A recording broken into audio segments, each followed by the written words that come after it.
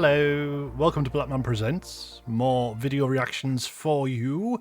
This, as it's coming up to Halloween, and we're in the month of October, I am going to be looking at some disturbing videos. 10 disturbing videos that broke the internet.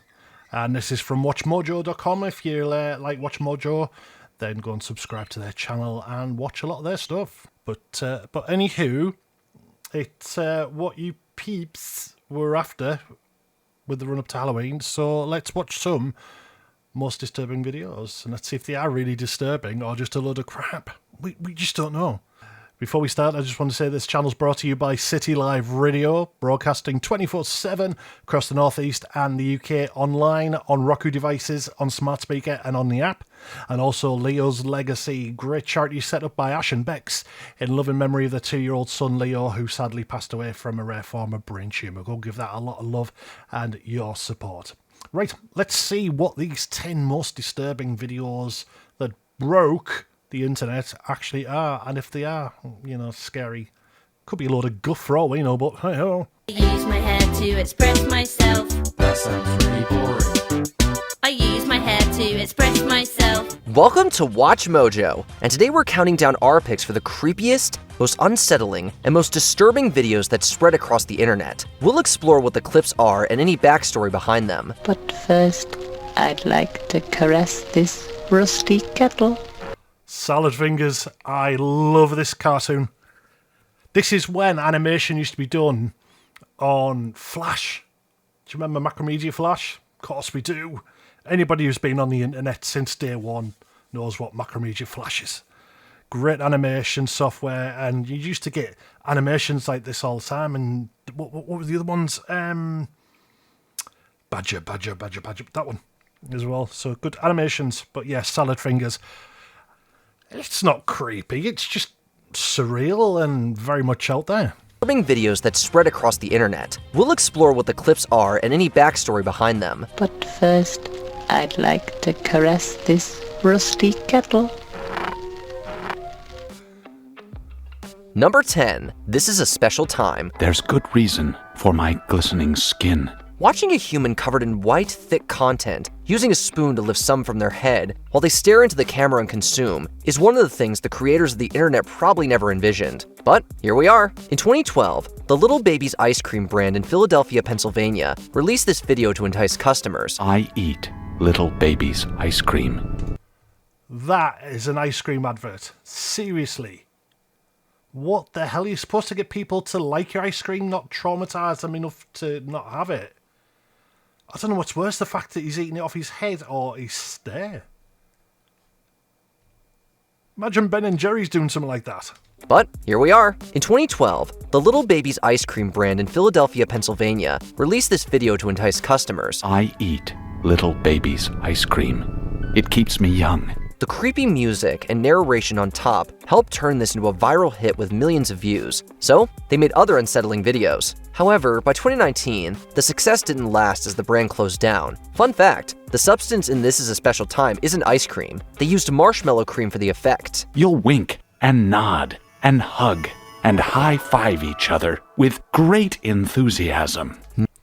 Imagine Ben and Jerry's doing that and you're actually eating chocolate ice cream out of a cow's ass. That would traumatize people, wouldn't it? It would knock them sick. But that's just...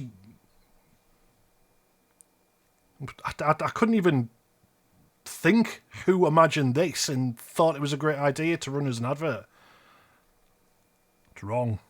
Isn't ice cream. They used marshmallow cream for the effect. You'll wink and nod and hug and high-five each other with great enthusiasm. No. Number 9. K-Fee. When internet culture was in its infancy, this video played a practical joke on unsuspecting folks. When it opens, it looks like a commercial with a calm car traveling through the countryside, but then comes a screaming jump scare as a ghoul suddenly pops up. The clip was a sensation and even sparked theories that some kind of supernatural shenanigans were caught by an unsuspecting camera team. In reality, this 2004 video was made by the German energy drink brand K-Fee, one of a series of videos as part of a campaign. Little did they know, they had developed one of the most iconic clips of all time. Number The amount of times I've seen that being used on people who, like, watch this advert and have scared them that they've run into the wall, run into doors, things like that. Good. Especially when kids get scared. There's nothing funny seeing the kids jump for their life after seeing something like that. It's brilliant. I know, come on, but I've got kids myself, so practical joker, Dad. By the German energy drink brand Kefi, one of a series of videos as part of a campaign. Little did they know, they had developed one of the most iconic clips of all time. Number 8. Video dating tape. In 2017, the YouTube channel Balaclava Girl 95 uploaded a clip mundanely titled Video Dating Tape. In the description, they explained finding an old VHS tape with this on it. Hi, I'm Tony. I'm 36 years of age, 5'10", an entrepreneur. In the video's opening, you Right, I'm sorry, but there's no way in hell he's 36. He did say 36, They explained finding an old VHS tape with this on it. Hi, I'm Tony. I'm 36 years of age.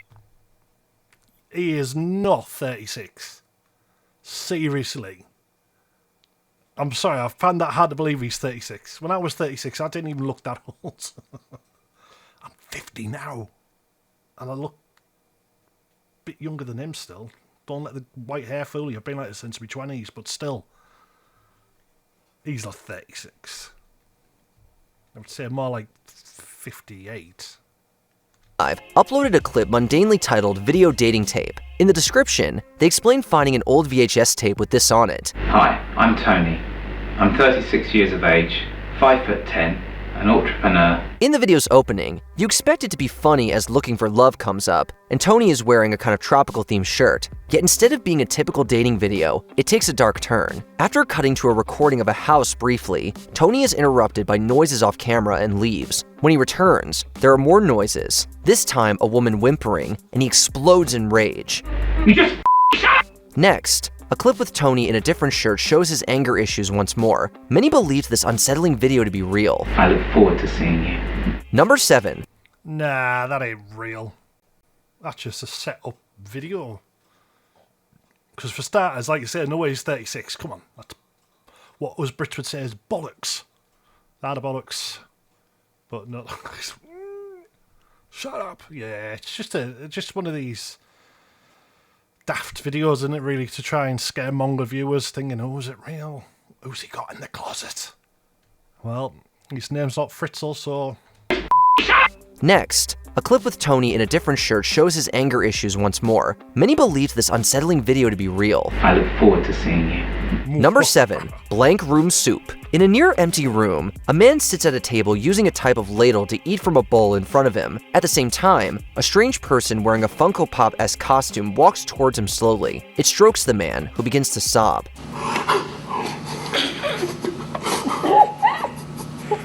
Giggling is also coming from somewhere. It ends with a second similarly dressed person joining, but the story continues in 3 other subsequent parts. The video first popped up online in 2005, supposedly coming from the dark web. Some speculated that the man was being held against his will. These outfits were seemingly based on the work of Raymond Percy, called Ray Ray. He alleged the costumes were stolen, but this has been disputed.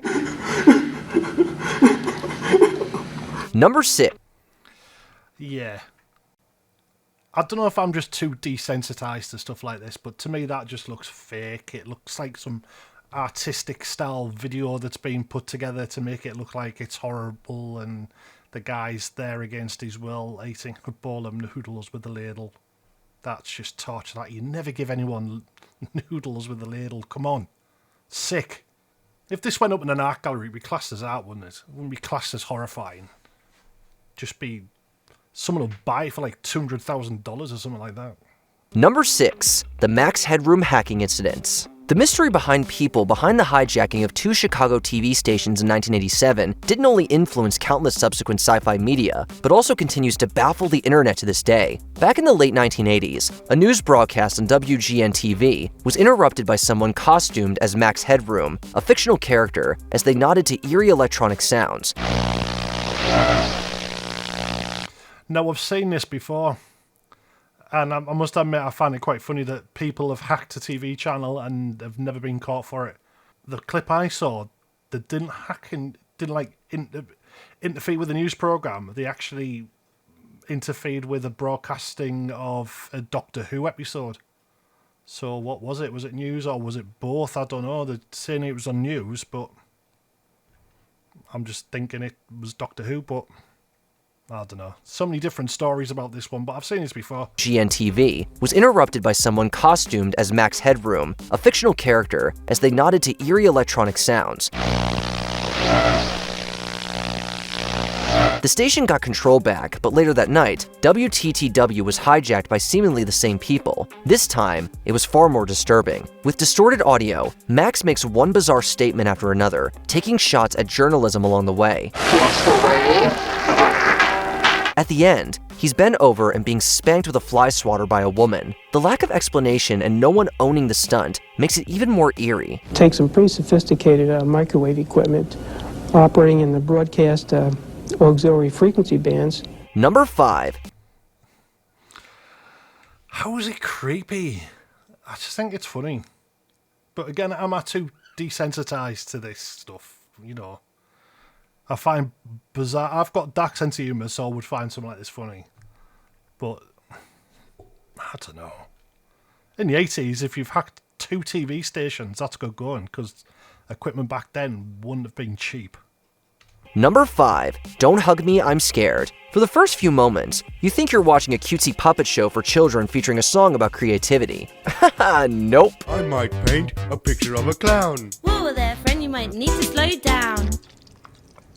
After a few jarring moments, it goes off the deep end when the characters cover a heart in glitter, accompanied by disturbing music. This clip was originally released under the title Don't Hug Me, I'm Scared in 2011. However, after the short film became a viral hit, it morphed into a web series that took the name instead, and the episode became Creativity. Now let's all agree to never be creative again. Over the next few years, the channel added several more creepy entries. Then, Don't Hug Me, I'm Scared became a TV show released in 2022, disturbing a bigger audience who can no longer trust Sesame Street. That's what family means to me and my family.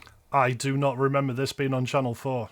Where was I when this came out? But if this is British and it's done by people with a warped British sense of humour, then yeah, it's not disturbing. Probably disturbing who don't get the humour and the surrealism involved with it, but this is like typical British TV fodder that you will get from time to time. Bring a bigger audience who can no longer trust Sesame Street. That's what family means to me and my family. Number 4. Oh no, 2022 after COVID. See, this is what COVID did to people. Created bizarre crap like this. Number 4. The disappearance of Lars Mittank. Known as the most famous missing person on YouTube, the last known CCTV footage of Mittank led to wide speculation about what happened. This included human trafficking, something paranormal, or a severe reaction to medication. In 2014, Mittank was set to return to Germany after being on vacation in Bulgaria. Yet before he could, he was apparently in an altercation, leaving him injured and unable to fly. After his friends left with his blessing, Mittank became paranoid that someone was after him. When he went to Varna Airport to get medically cleared, fear took over and he ran away. Mittank darted from the building, jumping a fence into a nearby forest. Since then, he hasn't been seen since. I'll have to have a look into that one. Yeah, it would be bizarre. It's like that, the girl in that LA hotel who was found in the water tank. That was bizarre, but when you see the video footage of her, she does look like she's having some sort of bad episode on drugs or whatever. But now, to me, if you're getting paranoid, that is either a condition from certain drugs that have made him paranoid, he's been taking illegal narcotics that have made him paranoid, or he's just got severe mental health problems that, again, has made him paranoid and made him act this way.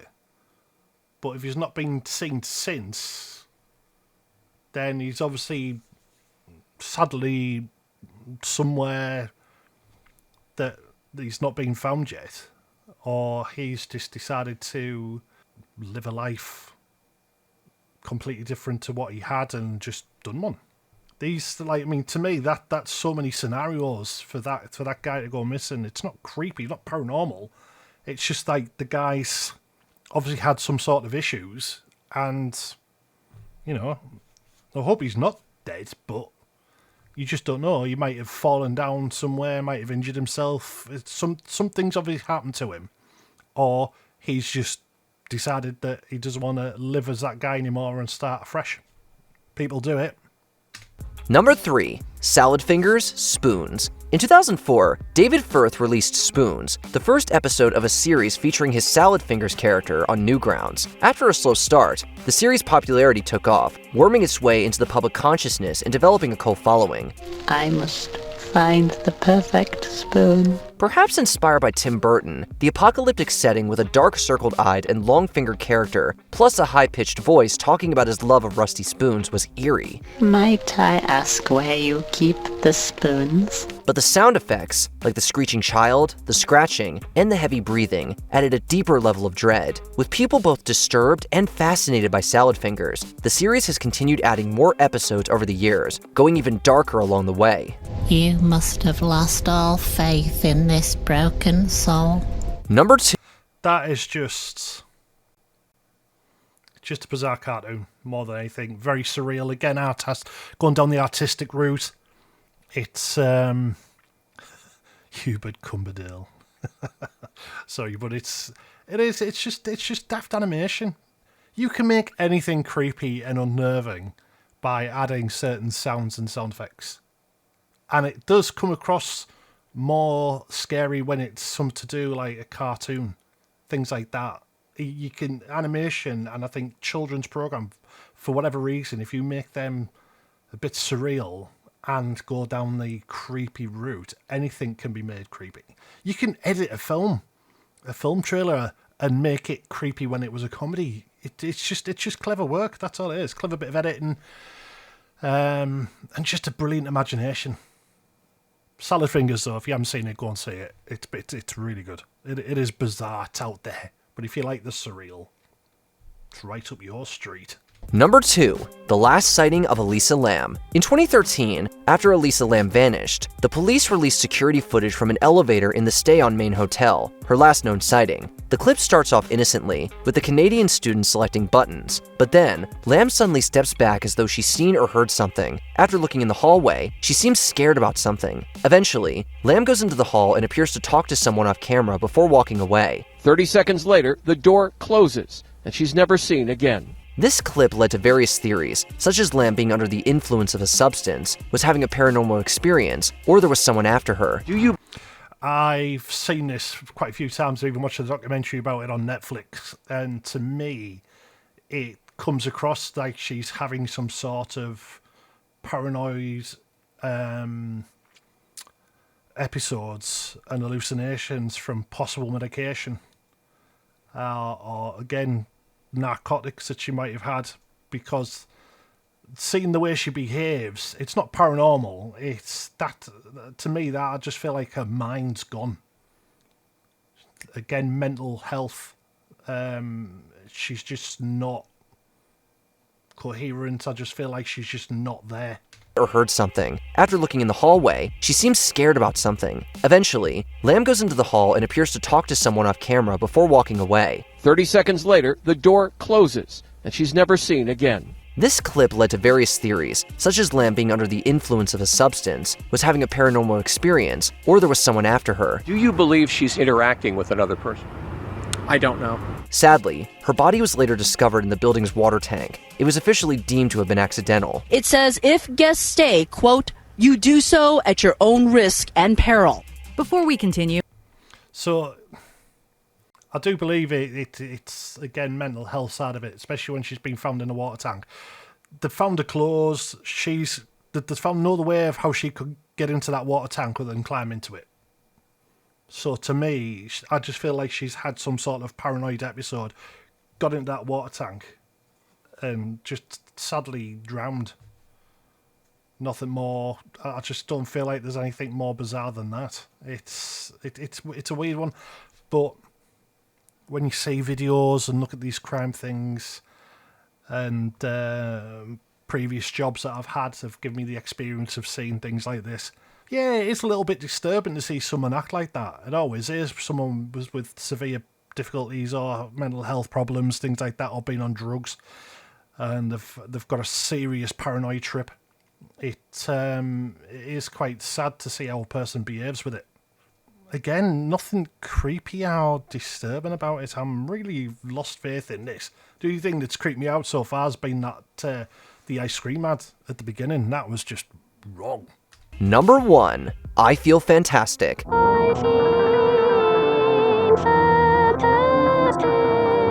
When this video first spread on YouTube in 2009, it unlocked automatonophobia, a fear of human-like figures, in many people. Put online in 2004, it received a lot more attention when I Feel Fantastic was uploaded on YouTube by Creepyblog.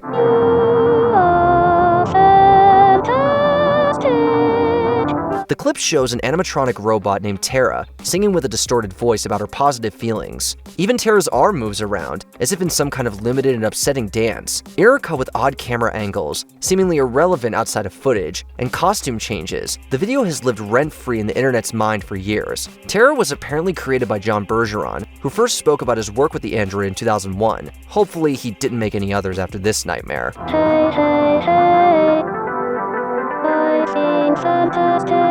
After all that creepiness, what wholesome video do you want to watch to cleanse your disturbed palate? Let us know below. Did you enjoy this video? Check out these. So, I wouldn't say it was disturbing, it's just clever. But again, people do find things like this disturbing. I don't know why. It's just a guy experimenting, showing off his talent, his work. And obviously he doesn't know how to edit videos, and hence why it just does random things like that. Unless, again, he's been artistic.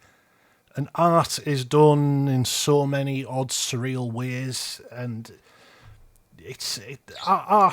modern art has just got so bizarre, but people are paying hundreds and thousands of dollars for it. And you could put a big white canvas on the floor, throw some paint at it, and stick a price tag on of $500,000 and people buy it. They'll look at it and go, yes, I can see where you're going with the interpretation of that. And pay the price tag that they've slapped on it. But that's all I think that is, modern art. But again, I could be desensitized. It could be just me that's just like, but does that make me weird? Does that make me a bit disturbed that I don't find things creepy? Because I'm desensitized to it all. I mean, I've seen a lot worse for real. But sadly, you do have to desensitize yourself, otherwise won't be able to do a job. I could see why some of it is creepy. Salad Fingers, when I first saw that, I was a bit like, ooh. But then when I watched a lot more episodes of it, I was just like, it's just bizarre, surreal cartoons. That's all it is. It's just weird. I mean, we grew up with a Scandinavian cartoon season on Channel 4, and watching them cartoons was very weird. But then it's not as half as weird as some of the crap you get on TV for kids these days, is it? It's just weird. Today's reaction video was brought to you by the word weird. Anyway, but if get yourself to Watch Mojo and subscribe to their channel if you haven't already, and if you haven't subscribed to this channel, please do. I really appreciate it, and I will subscribe to you back. If you've got no subscribers, I will become your first subscriber. You know, scratch my back, I will scratch yours, and I don't care. There's a lot of weird channels out there that I've subscribed to, but I'm loving it. I'm loving the content, so keep it going. Thank you very much for subscribing. And, you know, I'm going to be bringing more videos out over the course of the next couple of weeks. Happy days. Right, thank you very much. I will be back with some more videos very, very soon. I just want to thank my subscribers, thank my patrons, thank me Buy Me a Coffee peeps, thanks to those who've been giving me some super thanks on YouTube. Really appreciate that.